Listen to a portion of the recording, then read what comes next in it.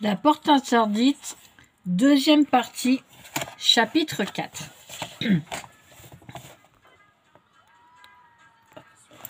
La sonnerie du téléphone interrompit le silence de la nuit. Lucienne se précipita sur le combiné, pressentant une mauvaise nouvelle. « Allô, Lucienne ? C'est Michel à l'appareil. » La vieille femme jeta un regard inquiet sur le réveil, dont les aiguilles marquaient 1 heure du matin, et se redressa d'un bond dans le lit. D'un rude coup de coude, elle réveilla Georges qui dormait paisiblement. Il se frotta les yeux sans trop comprendre pourquoi son épouse le réveillait si brutalement. « C'est Michel au téléphone. Prends-le. J'ai un mauvais pressentiment. »« C'est Georges à l'appareil. Que se passe-t-il, Michel ? » La gendarmerie du département de l'Hérault a téléphoné. Annie a été victime d'un grave accident de la route.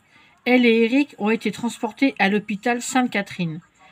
Annie et mon fils sont dans un profond coma. Georges sentit la sueur couler sur son front. Il tremblait de tous ses membres. Ce n'était pas possible. Sûrement un mauvais rêve. Le regard inquiet, il se tourna vers sa femme, qui, d'une main nerveuse, chiffonnait le col de sa chemise de nuit rose. Georges essaya de prendre le pas sur ses émotions. « Mais depuis, ont-ils repris connaissance ? Vous savez, Michel, la gendarmerie ne donne pas de détails en pareil cas.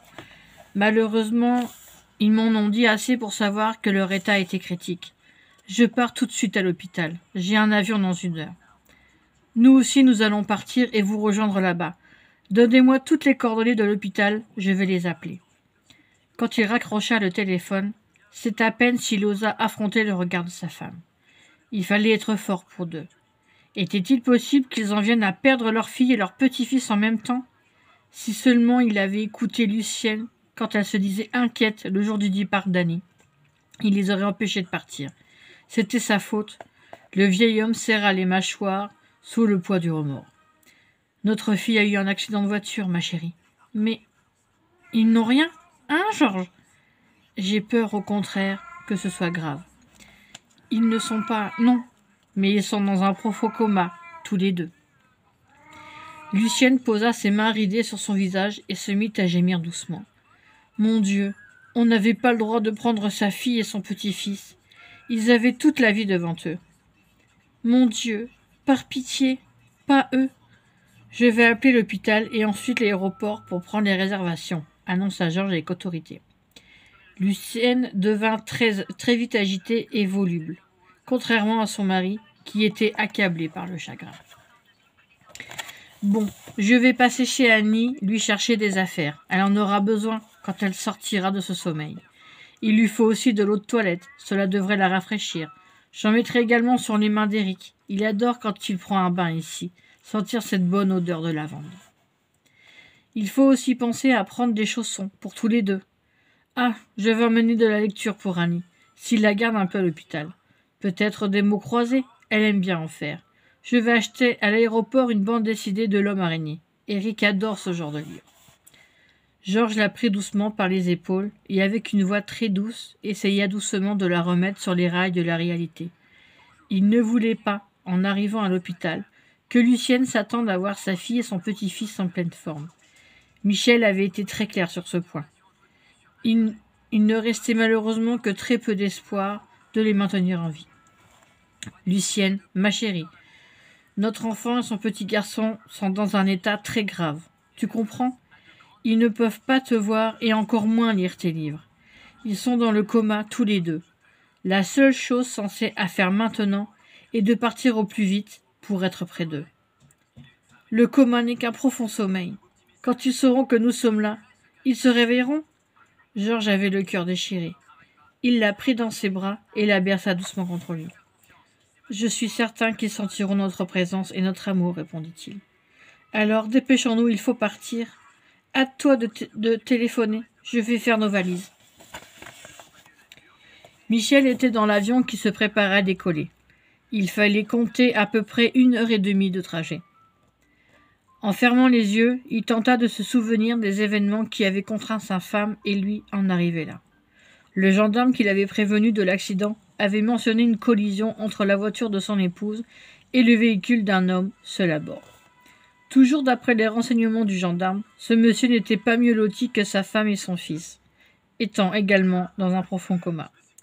Michel se posa la question de savoir ce qui avait pu provoquer cet accident.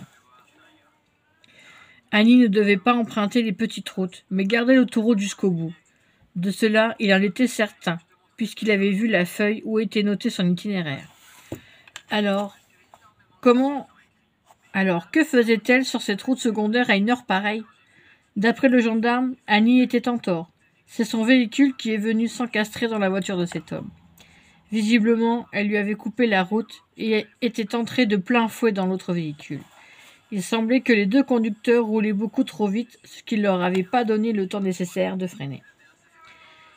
Qu'allait-il se passer maintenant si par malheur sa femme et son enfant mouraient? La peur de se retrouver seul lui fit froid dans le dos. Déjà, quand l'ami de sa femme avait téléphoné dans la soirée, le jour de leur départ, en précisant qu'elle n'avait aucune nouvelle d'Annie, Michel avait pressenti un drame. Il se sentait fautif, cela ne faisait aucun doute. Il aurait dû tout avouer à sa femme au sujet de sa liaison avec Jessica. Annie pardonnait toujours. Bien sûr, elle aurait piqué une grosse colère, mais après, il en était sûr, elle lui aurait pardonné. Maintenant, même si elle se réveillait et que leur fils ne s'en sort pas, il était quasiment sûr de la perdre à tout jamais. Peut-être même avait-il déjà perdu sa famille. Michel ferma les yeux pour tenter d'oublier ce drame en se réfugiant dans le sommeil. À l'aéroport, le jeune homme prit un taxi pour se rendre à l'hôpital Sainte-Catherine. Quand il franchit les portes, une odeur désagréable mais familière le plongea dans son passé, du temps où son père le frappait et le conduisait ensuite aux urgences pour réparer les dégâts. Depuis ses visites dans les hôpitaux, Michel ne supportait plus du tout ces endroits avec leur odeur médicamenteuse. Les jambes raidies par la fatigue, il s'adressa à une infirmière de garde. « Madame de Montfort a été transportée chez vous à la suite d'un accident de la route. » La jeune femme se réfugia derrière un guichet et consulta l'ordinateur. Elle tapait vite, et Michel, tout en lui donnant les renseignements, se laissa un moment disparaître par l'agilité de ses doigts. « Vous êtes de la famille ? » ?»« Oui, je suis son mari. S'il vous plaît, dites-moi comment vont ma femme et mon fils. » L'infirmière fit une petite grimace discrète. « Je vais appeler le docteur Devergne. Il vous dira tout ce qu'il y a à savoir sur ces patients. Veuillez vous asseoir. » La jeune femme décrocha un téléphone intérieur et composa un numéro très court. Quelques minutes s'écoulèrent encore avant que Michel puisse enfin savoir si oui ou non sa femme et son fils allaient s'en sortir. Le médecin s'approcha et lui serra une poignée de main franche, en le priant de le suivre dans le couloir à l'abri des regards indiscrets. « Vous êtes l'époux de Madame de Montfort ? En effet. Renseignez-moi vite sur leur état de santé. Je suis tellement inquiet pour ma famille. Je comprends votre angoisse. En ce qui concerne l'enfant, je ne peux pas me prononcer encore. Il est encore trop tôt pour émettre un jugement. Les prochaines 48 heures seront décisives. Il va falloir être patient. » Les jambes du jeune homme se dérobaient. Il s'adossa contre le mur. La fatigue lui brûlait les yeux. Il se sentait désemparé en cette minute. Il vit de loin arriver ses beaux-parents qui franchissaient la porte de l'hôpital. Michel demanda au médecin d'attendre que les parents d'Annie soient présents pour parler de l'état de santé de leur fille. L'infirmière de garde conduisit le vieux couple auprès du médecin et de Michel. « Voici le docteur Devergne. C'est lui qui s'occupe de ma femme et de mon fils. Il m'informait que pour Eric, il fallait attendre les prochaines 48 heures pour se prononcer. Docteur, qu'en est-il en ce qui concerne ma femme ?» Lucienne et Georges saluèrent le médecin. Pendant que Michel expliquait ce qu'il en était pour Eric, la vieille femme ne quittait pas son gendre des yeux. Le médecin prit la parole avec compassion. « En effet, j'expliquais donc à votre gendre que pour le petit Eric, il va falloir attendre. Mais pour Madame de Montfort, bien que gravement blessée, elle ne devrait pas prolonger ce coma. Mon impression est qu'elle se maintient dans sa léthargie volontairement. »« Est-ce que vous essayez de nous dire qu'elle pourrait se laisser mourir ?» questionna Lucienne à bout de nerfs. « Si elle ne réagit pas rapidement, il se pourrait, en effet, qu'elle se laisse mourir. » Georges, écrasé par le chagrin, n'osait pas regarder Michel en face. Lucienne, au contraire, entra dans une colère noire et se mit à insulter son gendre sous l'effet d'une crise de nerfs. « C'est votre faute. Si vous ne l'aviez pas trompé, Elle ne serait pas dans cet hôpital. Vous croyez que je ne suis pas au courant? Mais ma fille nous a tout raconté. Votre place n'est pas ici. Sortez, Michel. Sortez d'ici immédiatement. Elle ne put achever sa phrase, tant de chagrin l'étouffait. Georges la prit dans ses bras pour la calmer. Michel n'avait pas bronché sous l'insulte. Il était blanc, mais ne baissa pas la tête. Les problèmes entre ma femme et moi ne vous regardent pas, Lucienne. C'est bien dommage qu'Annie ait cru bon de déballer notre linge sale chez vous. De plus, je ne sortirai pas d'ici, car elle est encore ma femme, et Eric mon fils. Alors, contenez-vous, cela ne les ramènera pas. La vieille femme, rouge de colère, se dégagea des bras de son mari et fit face brutalement à son gendre. « Vous êtes un... » Georges prit sa femme par le bras pour l'éloigner. Le médecin lui proposa de la ramener à l'hôtel pour qu'elle puisse se reposer. Il donna à Georges des comprimés qui aideraient sa femme à se détendre et à trouver le sommeil. Le vieil homme le remercia et quitta l'hôpital avec Lucienne, accablée de chagrin. Quand Michel fut seul avec le médecin, il demanda à voir sa femme et son fils. « Pas maintenant, monsieur de Montfort. Vous pourrez les voir quelques minutes, demain. Mais il y a des horaires à respecter. Ces visites spéciales sont entre 14 heures et 16 heures. En attendant, vous devriez retourner à l'hôtel pour vous reposer un peu. »« Je pourrais voir également mon fils ? » ?»« Oui, mais il n'est pas au même endroit que votre femme. Les horaires sont les mêmes. L'infirmière vous expliquera tout cela demain. Merci pour tout, docteur. À demain. » Georges, qui n'avait pas encore réservé la chambre à l'hôtel, commanda un taxi. Il demanda au chauffeur de le conduire à l'hôtel le plus proche. Sans le savoir, ils descendirent dans le même hôtel que leur chambre. Après avoir aidé sa femme à s'installer et veillé à ce qu'elle se couche et s'endorme, le vieil homme descendit au bar pour boire un whisky. Au bout du comptoir, son regard croisa celui de son gendre. Georges prit son verre et s'approcha de lui.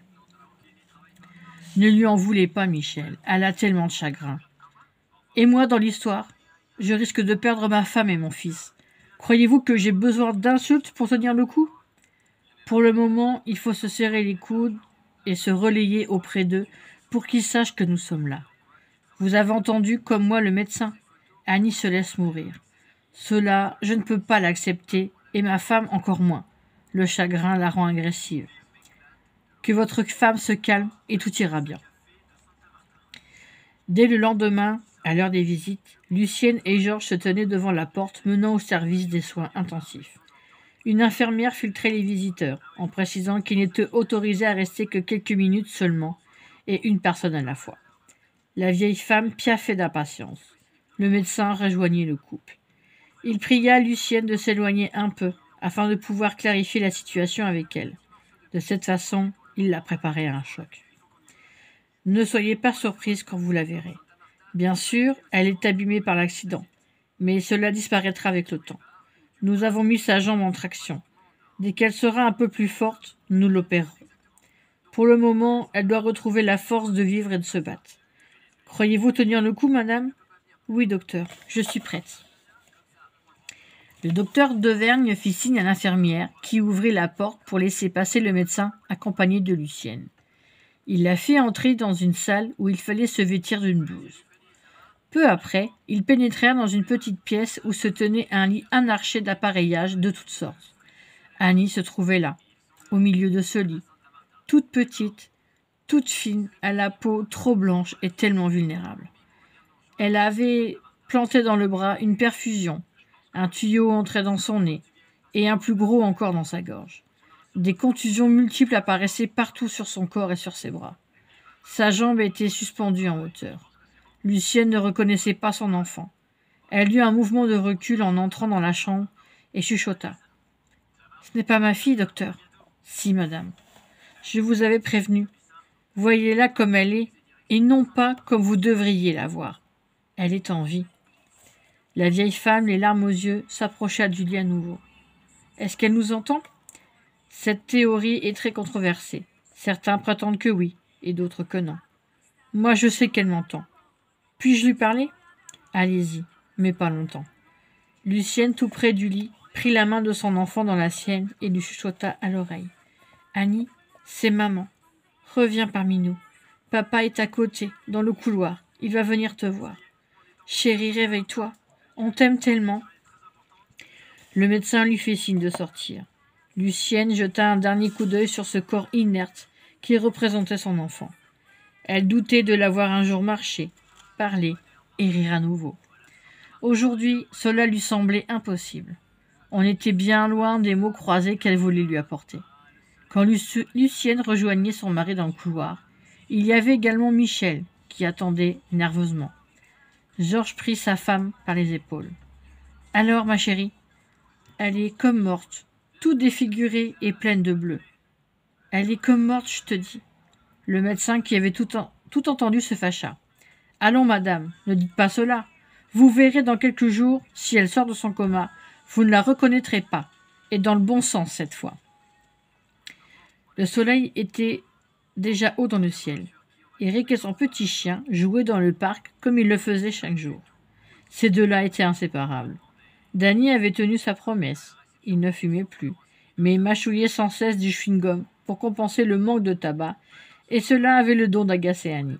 « Arrête de faire autant de bruit en mâchant, Danny. »« Je ne fais pas de bruit, chérie. »« Alors là, tu ne t'entends pas. » Amoureusement, il se pencha sur elle pour lui effleurer la joue d'un baiser, et avoua avec douceur. « Je t'aime. »« Moi aussi, je t'aime. Mais par pitié, ne mâche pas aussi fort. » Il se mit à rire comme un enfant en lui prenant la main et lui proposa de rentrer à la maison pour aller boire quelque chose de frais. Elle appela son fils. « Eric ? » ?»« Oui, maman. Nous sommes dans la salle à manger, mon cœur. Rejoins-nous quand tu veux. »« Pas tout de suite, maman. »« Il sait ce qu'il veut, cet enfant, pas comme sa mère, » ajouta Danny en riant. Audacieuse, elle lui donna une tape dans le bas du dos, qu'il esquiva adroitement. Le couple se dirigea vers la maison en se taquinant à tour de rôle. Dans le corridor, ils remarquèrent une grande agitation. Léa se trouvait au milieu d'une trentaine de personnes qui paraissaient aussi perdues les unes que les autres. La vieille femme essayant tant bien que mal de les rassurer. Annie, discrètement, s'approcha d'elle. « Qui sont-ils, Léa ? » ?»« Ce sont des touristes qui étaient dans un car. Ils ont quitté la route et heurté violemment un arbre. Vont-ils tous passer par la grande porte ? En fait, 5 d'entre eux vont partir dès ce soir. » La jeune femme s'éloigna du groupe, désolée pour ces pauvres gens qui ne comprenaient pas ce qui leur arrivait. Danny et Annie avaient le même regard désemparé. Ils pensaient à la même chose, leur accident puis la venue dans ce monde de l'oubli. « Viens, allons nous installer à cette petite table pour boire quelque chose, » proposa Danny en soupirant. Ils s'installèrent à une table de 2 personnes.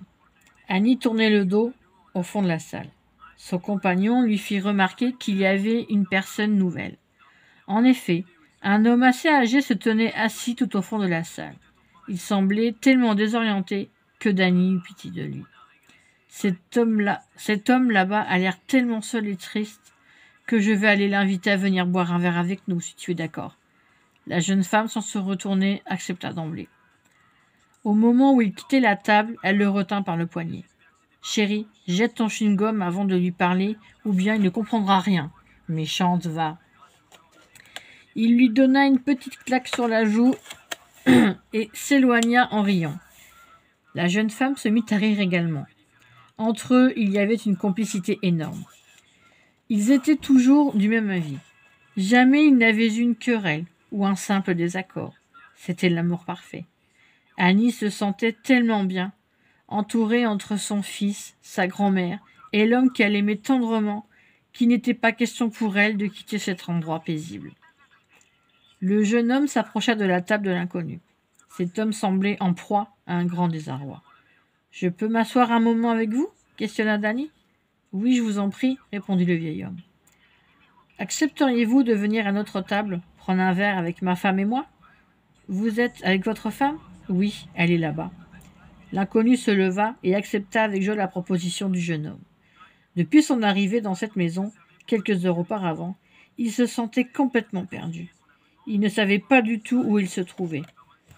Tout ce qu'il savait était cette tristesse qu'il ressentait au plus profond de son âme. Les 2 hommes s'approchèrent de la table où se trouvait Annie. Elle se retourna pour saluer le nouvel arrivant, mais quand elle le vit, son visage changea de couleur. Une bouffée de chaleur monta en elle. L'homme, médusé, la regardait aussi étonné qu'elle, et chacune de ces deux personnes ne pouvait plus articuler une seule parole. Danny les regardait à tour de rôle, puis appuya un regard d'inquiétude sur sa compagne. Il ne comprenait pas pourquoi cette rencontre provoquait chez elle un tel choc. La jeune femme rompit le silence la première. « Papa ?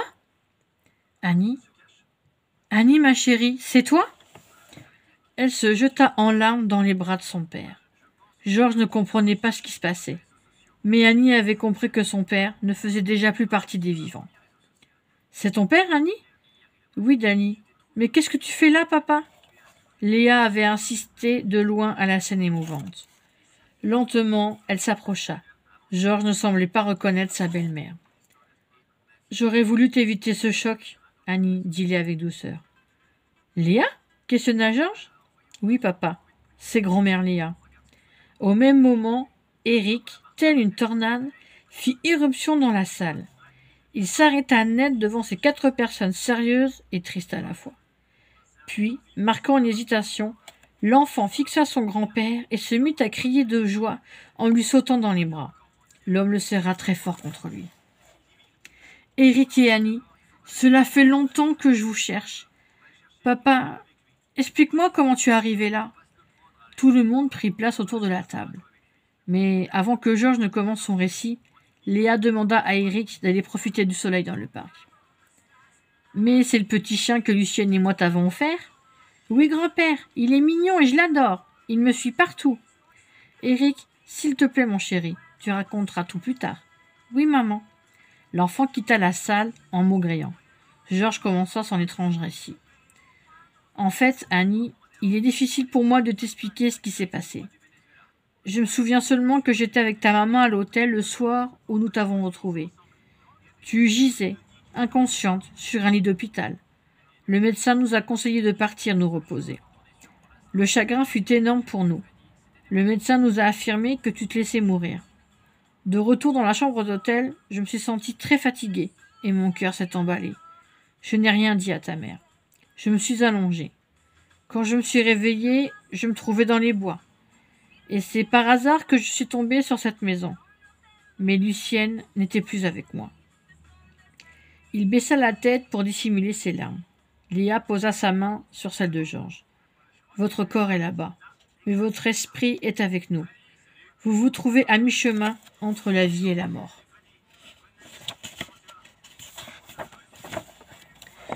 Annie estima que les propos de Léa étaient trop directs.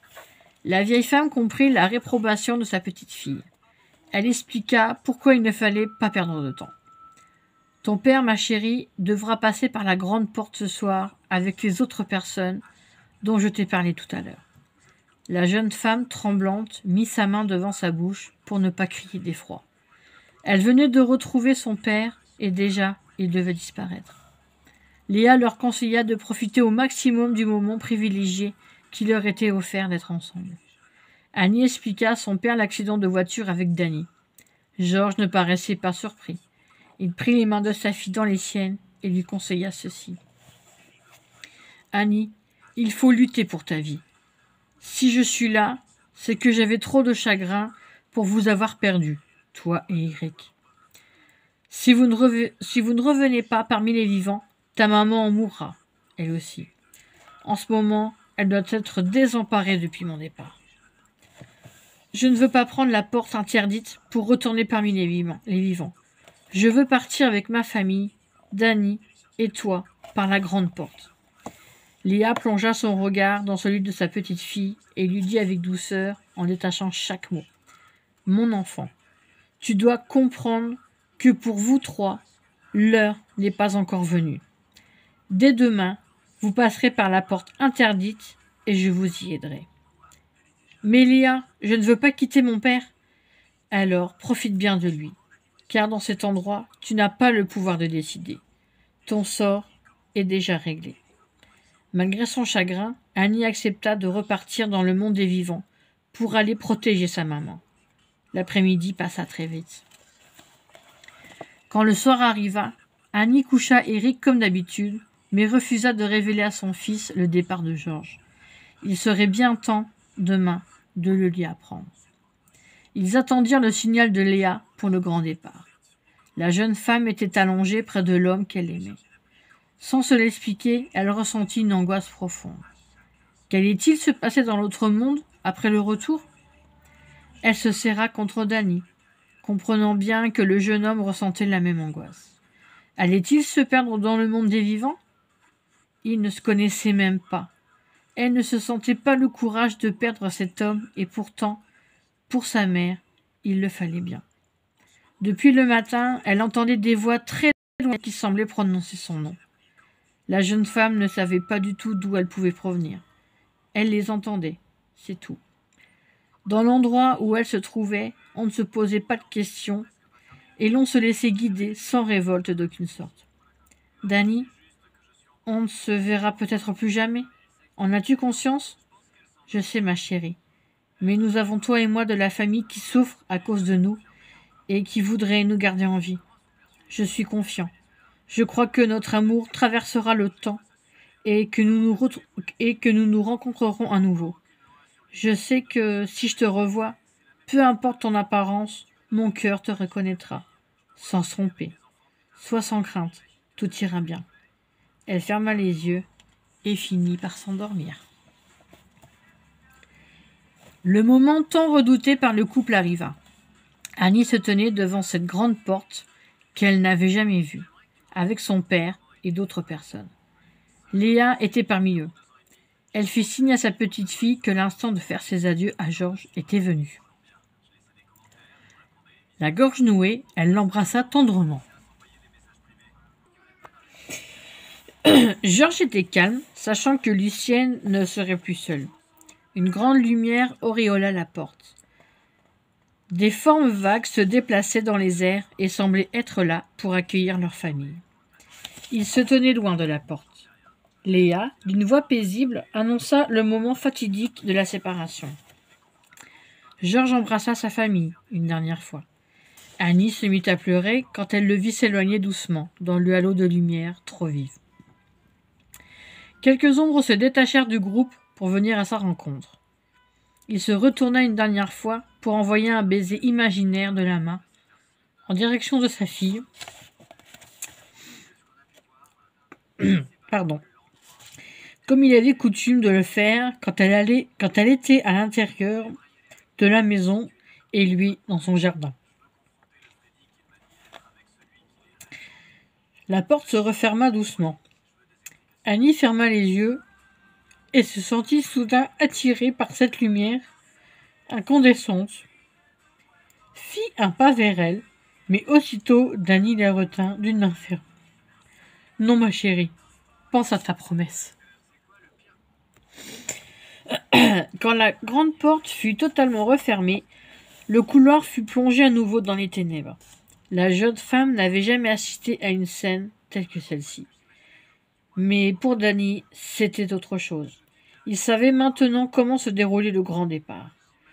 Comprenant l'anxiété de sa compagne, il lui prit la main, et c'est avec tristesse qu'ils regagnèrent leur chambre.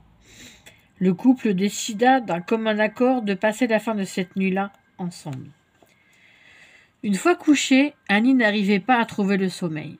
Elle avait constamment en mémoire l'image de son père qui s'éloignait dans le néant en lui envoyant un baiser avant de disparaître à tout jamais.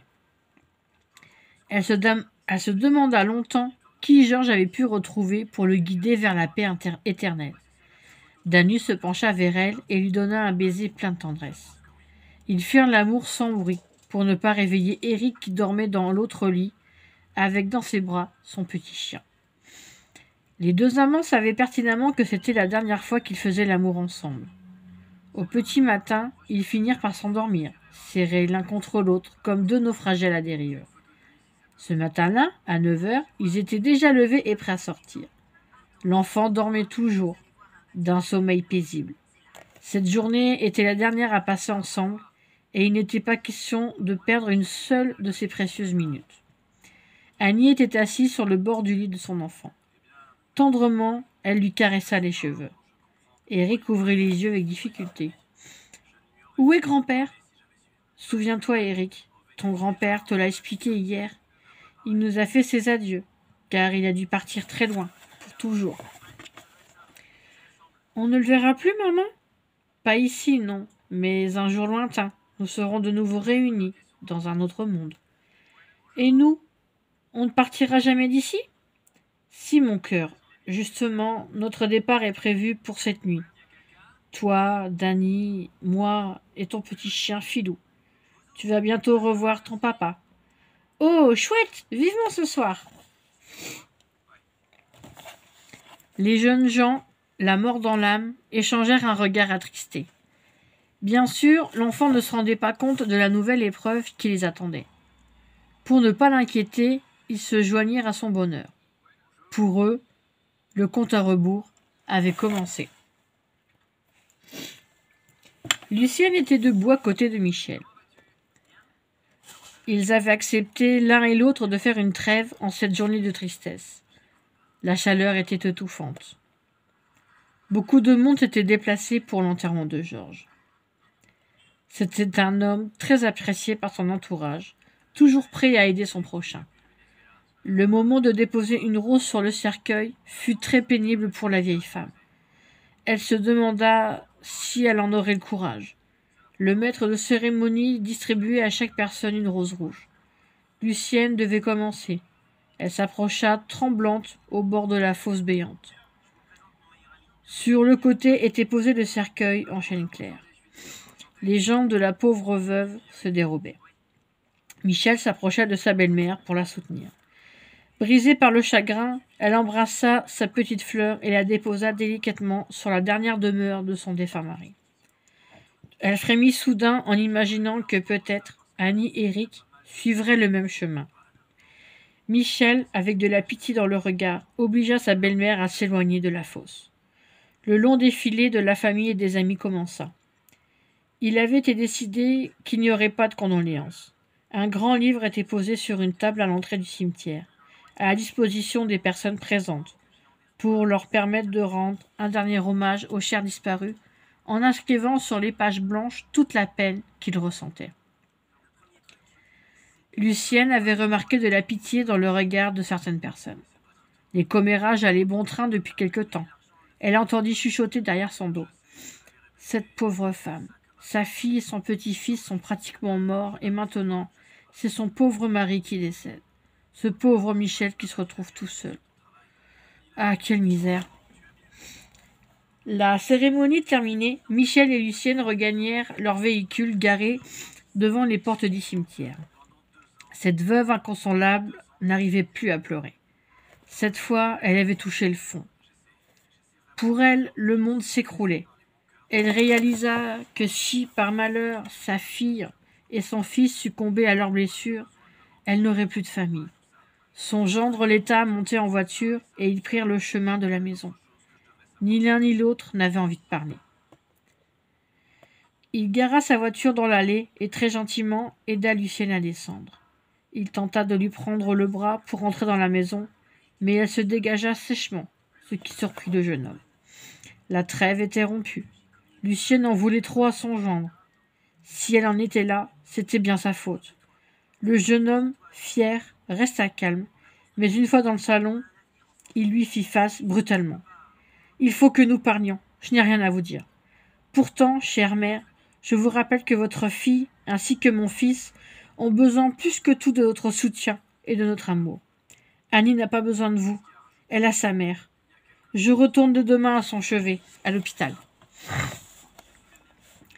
Vous voulez rester seul? Très bien. Moi je pars ce soir. J'ai un avion qui décolle à 20h. Ne soyez pas entêtée, Lucienne. Pourquoi ne pas partir ensemble? Je ne veux plus vous voir, Michel. Point final. Sans ajouter un mot, il prit sa veste et sortit avec colère. Il claqua la porte d'entrée si fort derrière lui que la vieille femme sursauta. Une fois seule, elle put se laisser aller à son chagrin. Lucienne visita toutes les pièces de la maison. Elle se rappelait un bon souvenir avec Georges dans chacune d'elles. La chambre, surtout, était une épreuve à franchir. Sur la table de nuit trônait une photographie qui représentait toute la famille réunie. C'était à l'occasion de l'anniversaire d'Éric.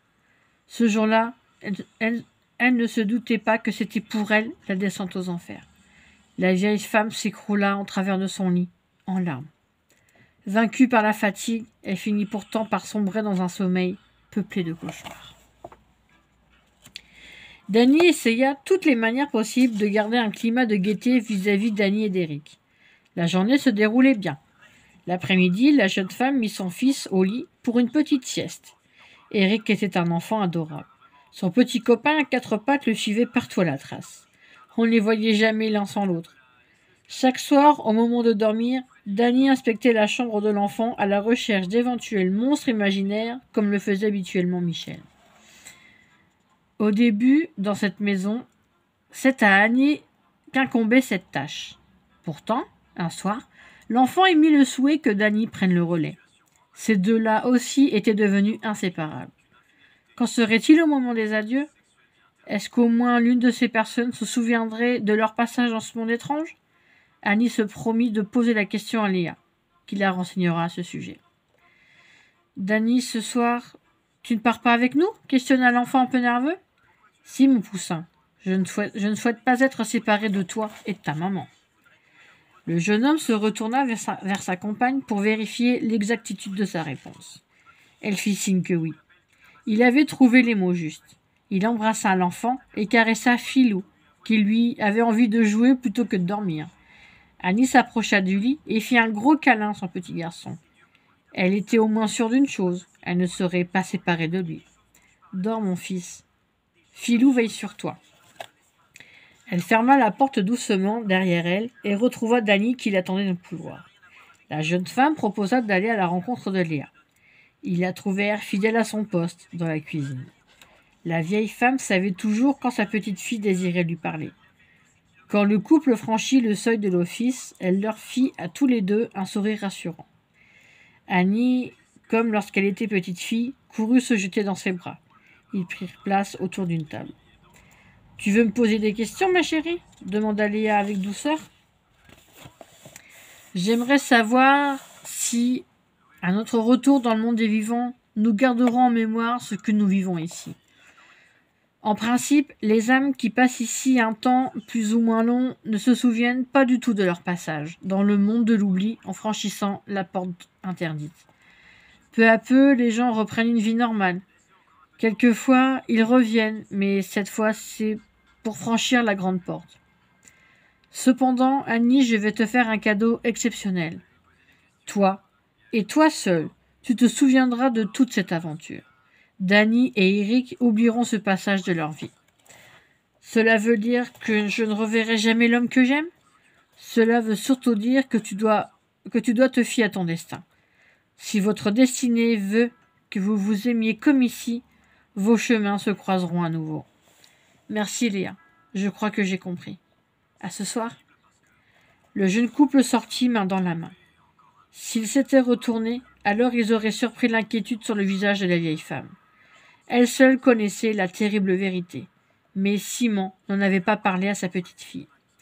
À quoi bon lui révéler que, sur ces trois personnes, l'une d'elles était destinée à partir par la grande porte? Les deux autres retourneraient dans ce monde parfois cruel qui appartenait aux vivants. Le départ était prévu comme d'habitude à 3 heures du matin. Léa avait pleinement conscience que la lourde tâche qui lui incombait, mais elle devait faire ce qu'elle avait à faire, et en temps voulu. L'après-midi passa aussi vite que l'éclair. Après la sieste de l'enfant, le jeune couple et Eric entamèrent comme d'habitude une partie de ballon dans le parc. Ensuite, Eric fit de vertigineuses descentes sur le toboggan, avec son petit Filou entre les jambes. Le petit chien avait appris à apprécier ces descentes à toute vitesse. Annie et Danny riaient de les voir s'amuser comme des fous. Pourtant, la jeune femme éprouvait de la tristesse. Elle était contente de savoir qu'elle garderait en mémoire tous ces beaux moments passés ici. Mais elle aurait aimé que Danny s'en souvienne également. Le regard du jeune homme se posa sur sa compagne. Plus que jamais, cette petite femme fragile avait besoin de lui. Il ressentait de l'anxiété, car il était certain de la perdre à tout jamais dans l'autre monde. De toute sa vie d'homme, il n'avait jamais ressenti des sentiments aussi forts pour quelqu'un, même quand il était marié à Annick. Bien sûr, Danny et Yannick s'étaient aimés passionnément au tout début de leur mariage. Mais très vite, l'habitude avait chassé la passion. Un jour, son épouse l'avait quitté sans explication. C'était peu de temps avant sa rencontre avec Annie. Ils avaient divorcé. À cette époque, Danny aurait aimé avoir un enfant, et encore maintenant. C'était son souhait le plus cher. S'ils avaient été dans la vie réelle, il aurait fait un enfant à Annie, et le bonheur n'aurait pas eu de limite. Il se pencha vers la femme qu'il aimait tendrement, et l'embrassa avec passion et tendresse.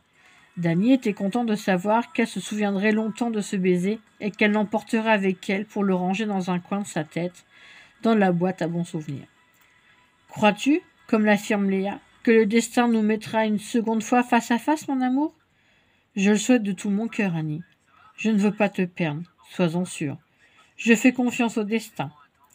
Il ne peut pas nous jouer un tour pareil après nous avoir fait nous rencontrer, alors que rien ne le laissait prévoir, puisque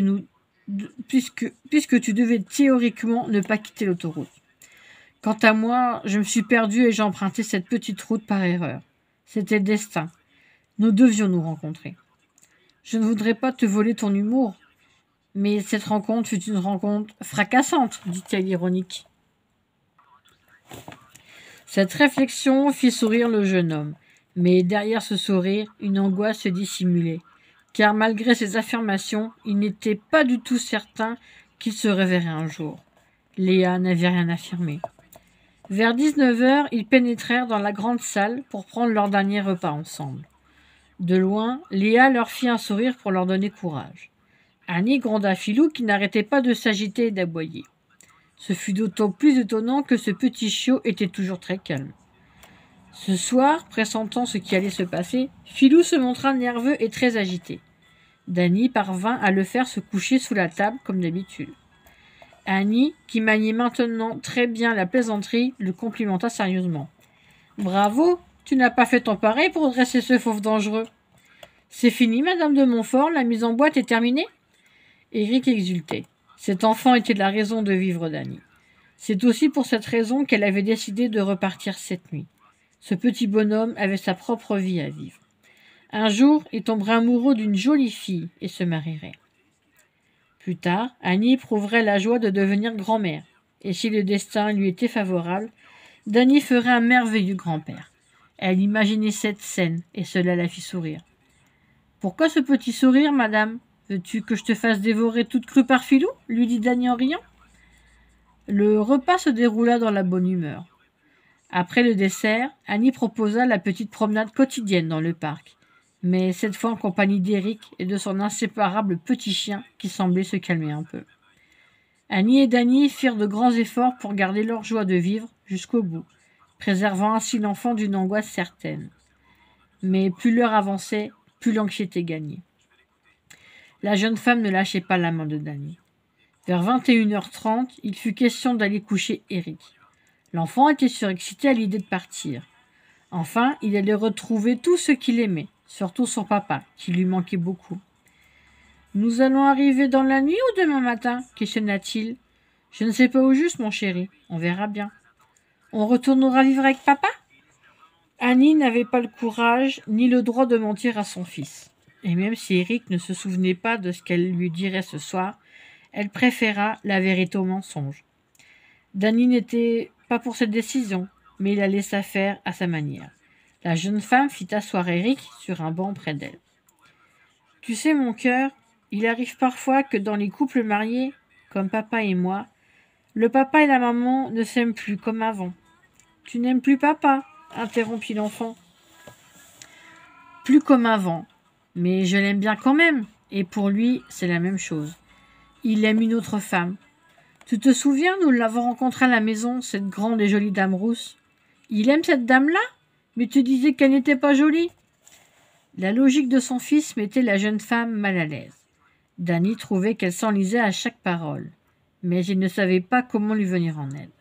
Elle le regarda intensément dans les yeux pour épuiser la réponse à donner à son enfant.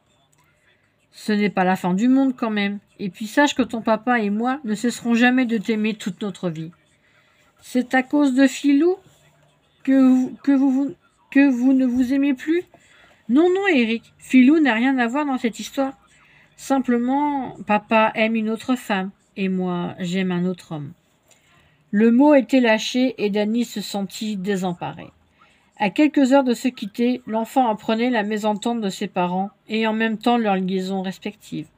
Cela n'avait pas d'importance de toute façon. Il ne se souviendrait de rien. Tu aimes qui à la place de mon papa? C'est Danny. Et tu sais, il t'aime comme son fils, mais il ne remplacera jamais ton papa. Je suis content un peu pour Danny, mais je suis triste que papa et toi, vous vous aimez plus. Mais on s'aime bien quand même, et l'on se verra souvent. L'enfant se leva et partit faire un câlin à Danny, qui marchait le long en large dans le parc. Ému par ce geste spontané, le jeune homme serra cet enfant contre lui. S'il avait eu un fils, il aurait souhaité ce petit garçon-là. Le moment était venu d'aller coucher Eric. Ils empruntèrent le chemin qui menait à la chambre. L'enfant ne semblait pas affecté par cette révélation et courait avec son petit chien sur ses talons. « Tu crois que je n'aurais pas dû lui dire la vérité ?» s'inquiéta Annie. « Tu sais, ma chérie, cela n'a plus d'importance. Tu as fait ce qui te semblait juste et c'est l'essentiel. » Une fois dans la chambre, Eric, fatigué par cette très longue journée, se coucha sans histoire et s'endormit aussitôt. Annie laissa une veilleuse allumée et rejoignit Danny qui était déjà couché. Ni elle ni lui ne ressentaient l'envie de faire l'amour. Ils souhaitaient juste rester serrés l'un contre l'autre. Un léger bruit fit sursauter Danny, dérangé en plein sommeil. Il se redressa dans le lit, comme un ressort, et vit Léa, debout, au centre de la chambre, qui lui fit signe que le grand moment était arrivé. Annie, épuisée, dormait toujours. Danny, la mort dans l'âme, se pencha sur elle pour lui déposer un baiser délicat sur la joue en lui chuchotant 1000 mots tendres à l'oreille. Elle ouvrit les yeux et se redressa à son tour. Quand elle vit sa grand-mère, le visage torturé, la jeune femme effrayée se blottit contre Danny. « J'ai peur, mon amour, je ne veux pas te perdre. Aie confiance. Pense à ce que nous a dit Léa. Même si je ne me souviens de rien, je suis certain de te revoir bientôt. Sois forte pour ton fils. » Annie se leva de son lit et se dirigea vers son enfant qui dormait profondément. Mais quand elle avança la main dans sa direction, Philou se mit à grogner. Jamais il ne s'était comporté de la sorte, et la jeune femme prit cela pour un mauvais présage. « Philou, viens ici tout de suite, ordonna Danny. Le petit chien descendit du lit, tout penaud, et se coucha par terre. Le comportement du chiot laissait présager qu'un drame allait se jouer. La détresse dans les yeux de la jeune femme bouleversa son compagnon. Il s'approcha d'elle et la rassura du mieux qu'il put. « Ne t'inquiète pas. Philou dormait et tu l'as surpris en t'approchant. Au moins, tu sais qu'il défend très bien son petit maître. » Annie consentit à se calmer un peu. Elle essaya de déchiffrer un message dans le regard de sa grand-mère, mais son visage restait fermé. « Mes enfants, dépêchez-vous, il faut y aller maintenant. » Ils s'habillèrent en hâte. Quand ils furent tous prêts, ils s'engagèrent dans le couloir sans bruit, pour ne pas réveiller les nouveaux arrivants. Annie se dit que derrière cette porte, il y avait peut-être une jeune femme pleine d'espoir qui venait d'arriver dans cette maison, et qu'elle allait rencontrer l'amour. Peut-être même qu'il s'agissait d'Annie et de Danny, et... Tout à son rêve, elle s'était arrêtée au milieu du corridor, devant cette porte inconnue. Danny la prit par le bras, avec douceur. « Viens, chérie. » Une autre personne vint rejoindre le petit groupe, et Léa expliqua que, pour cette personne, c'était la grande porte qui allait s'ouvrir cette nuit. Ils débouchèrent dans le long couloir qui menait vers l'inconnu pour certains, et la vie pour d'autres. Léa souhaita bonne chance à la femme qui les accompagnait et serra sa petite fille dans ses bras pour la dernière fois. L'atmosphère était tendue. Annie avait une boule dans la gorge. Cette fois, elle ne pouvait plus faire demi-tour. Léa embrassa Eric avec tendresse et s'approcha de Danny qu'elle serra très fort contre son cœur et lui glissa à l'oreille. « Dans les minutes qui vont suivre, veillez à ce qu'Annie prenne bien la porte interdite et non pas la grande porte, quoi qu'il puisse se passer. » Sur le moment, il ne comprit pas cette recommandation, mais promit d'aider la jeune femme à franchir la bonne porte. Une lumière scintillante éclaira le couloir, et comme par magie, la grande porte s'ouvrit lentement. En face, la petite porte s'ouvrit également, mais aucune lumière ne jaillit de cet endroit. Annie se lamentait en tremblant de peur. Quant à Philou, il gémissait et refusait d'avancer. Il était 3 heures du matin. Il fallait y aller absolument avant que les portes ne se referment et ne bouleversent leur destinée. L'inconnu qui les accompagnait prit le chemin de la grande porte, où se tenaient comme chaque fois des âmes pour l'accueillir. Léa fit signe à Annie de s'engager derrière l'autre porte. Elle entra en tenant Éric par la main. Danny les suivait de près, en tenant Philou en laisse. Déjà, la grande porte se refermait et la petite porte également. Annie ferma les yeux, sa tête la fit s'offrir. À nouveau, elle entendit des voix qui l'appelaient par son prénom. Elle se sentait mal, comme attirée vers un puits sans fond. Quand soudain, l'espace d'un éclair, Philou échappa à Danny et se faufila par la fente de la porte qui se refermait sur eux. Sans réfléchir, Éric le suivit en l'appelant de toutes ses forces. « Philou, ne te sauve pas, viens avec nous !» Annie voulut ressortir en hurlant comme une damnée. C'est à ce moment précis que Danny se rappela la recommandation de Léa. C'est ainsi que la dernière image qu'Annie emporterait serait celle de son petit garçon suivant son petit chien disparaissant derrière la grande porte. Danny, fidèle à sa promesse, retenait la jeune femme pendant que les 2 portes se refermaient en même temps. Annie se sentit défaillir. Danny eut juste le temps de lui crier qu'il l'aimait plus que tout, et ils perdirent connaissance tous les 2, comme aspirés par une force étrange. Le médecin entra dans la chambre et fit signe à Michel de sortir dans le couloir, ce qu'il fit avec inquiétude. « Que se passe-t-il, docteur ? De nouveau pour mon fils ? » « Je suis désolé, monsieur de Montfort, mais votre petit Éric vient de mourir. On a tout tenté pour le maintenir en vie, mais en vain. » Michel s'appuya contre le mur et sentit ses forces abandonner. Le jeune homme s'en voulait tellement de cet accident. Par sa faute, il perdait peu à peu sa famille, car il n'était pas sûr du tout qu'Annie s'en sorte. En fait, le médecin perdait chaque jour un peu plus son optimisme. D'après lui, la jeune femme se laissait mourir, et il était de moins en moins probable qu'elle combatte pour sa vie. Lentement, elle s'éloignait des siens. Michel entra de nouveau dans la chambre et s'approcha du lit de sa femme. S'asseyant près d'elle, il prit sa petite main délicate dans la sienne, baissa la tête et se mit à pleurer comme un enfant. Au moment où il pensait avoir touché le fond de son désespoir, il sentit dans sa main les doigts de sa femme bouger légèrement. Il releva la tête et la fixa avec intention. Elle ouvrit les yeux, puis les referma. Michel se précipita dans le couloir comme un fou en appelant une infirmière.